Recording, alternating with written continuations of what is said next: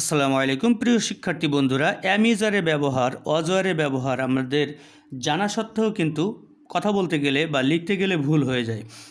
যাতে ভুল আর না হয়, আজকের প্র্যাকটিস লেসনে আমি এমন সিস্টেম দেখাবো যে সিস্টেমে আপনারা যদি বাসায় বসে প্র্যাকটিস করেন তাহলে আপনারা এভাবে অ্যামিজার বা অজয়ের ব্যবহার আপনাদের আর ভুল হবে না এবং হাজার হাজার সেন্টেন্স এই সিস্টেমে আপনারা তৈরি করতে পারবেন।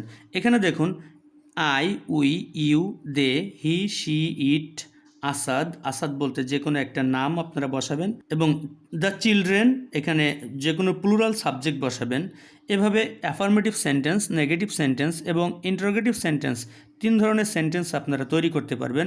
এরপরে আপনারা এই যে আমি এখানে হ্যাপি লিখেছি, আমি জাস্ট প্র্যাকটিস করার জন্য, সুবিধার জন্য, মনে রাখার জন্য একটা ওয়ার্ড দিয়ে বারবার প্র্যাকটিস করাবো এবং এই হ্যাপি এর জায়গায় আপনারা বিভিন্ন শব্দ যোগ করে আপনারা এটা প্র্যাকটিস করতে থাকবেন। যেমন আই অ্যাম হ্যাপি, এভাবে প্র্যাকটিস করবেন। আমি যেভাবে বলছি ঠিক সেইভাবে প্র্যাকটিস করবেন। আপনাদের ইংরেজি ফ্লুয়েন্সি চলে আসবে এবং রাইটিং স্কিলও ডেভেলপ হবে। আমার সঙ্গে পড়ুন।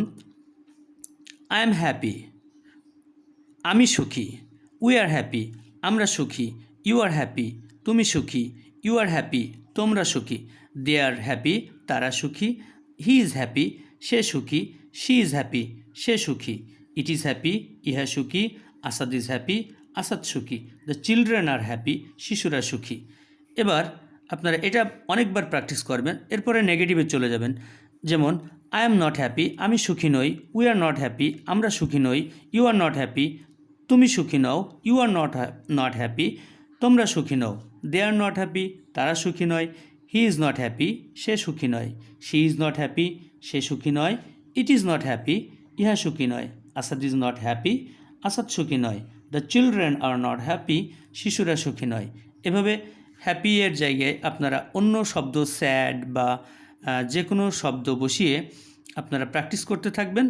অনেকবার প্র্যাকটিস করার পরে এবার আপনারা চলে যাবেন ইন্টারোগেটিভ সেন্টেন্স গঠন করার জন্যে।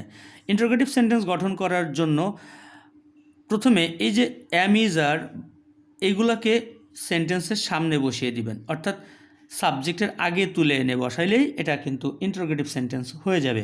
যেমন অ্যাম আই হ্যাপি, আমি কি সুখী। আর উই হ্যাপি, আমরা কি সুখী। আর ইউ হ্যাপি, তুমি কি সুখী। অথবা আর ইউ হ্যাপি, তোমরা কি সুখী। আর দে হ্যাপি, তারা কি সুখী। ইজ হি হ্যাপি, সে কি সুখী। ইজ শি হ্যাপি, সে কি সুখী। ইজ ইট হ্যাপি, ইহা কি সুখী।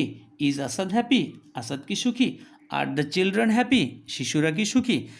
এবার আপনারা প্রথমে অ্যাফার্মেটিভ, নেগেটিভ, এরপর ইন্টারোগেটিভ ডান দিক থেকে প্র্যাকটিস করবেন। আই অ্যাম হ্যাপি, আমি সুখী। আই এম নট হ্যাপি, আমি সুখী নই। অ্যাম আই হ্যাপি, আমি কি সুখী। উই আর হ্যাপি, আমরা সুখী। উই আর নট হ্যাপি, আমরা সুখী নই। আর উই হ্যাপি, আমরা কি সুখী। এইভাবে আপনারা যদি প্র্যাকটিস করেন তাহলে কিন্তু অ্যাম, ইজ, আরের ব্যবহার ঠিক হয়ে যাবে।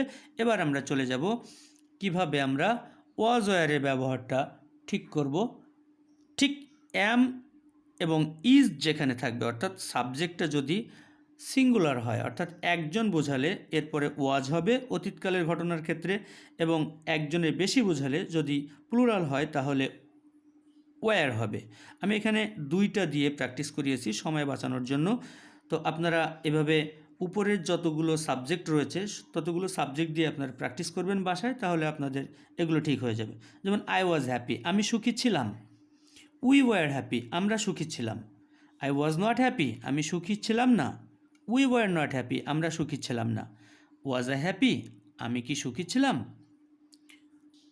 ওয়ার ইউ হ্যাপি, আমরা কি সুখী ছিলাম। এভাবে আমরা যদি প্র্যাকটিস করি তাহলে কিন্তু আমাদের ফ্লুয়েন্সি চলে আসবে কথার, এবং আমাদের কথার মধ্যে যে অ্যাম, ইজ, আরের ব্যবহারটা ভুল হয় এটা কিন্তু আর হবে না। শুধু নিয়ম জানা থাকলে হবে না, প্রচুর প্রচুর প্র্যাকটিস করতে হবে, তাহলে ইংলিশের ফ্লুয়েন্সি আসবে। ইংরেজি বলার ক্ষেত্রে ভুল হবে না এবং লেখার ক্ষেত্রেও ভুল হবে না। আশা করি আজকের ভিডিও থেকে উপকৃত হয়েছেন। যদি ভালো লাগে অবশ্যই চ্যানেলটি সাবস্ক্রাইব করবেন এবং বেল বাটনটা অন করে রাখবেন, যাতে পরবর্তী ভিডিও আপলোড করার সাথে সাথে আপনার কাছে নোটিফিকেশন চলে যায় সবার আগে। ধন্যবাদ সবাইকে।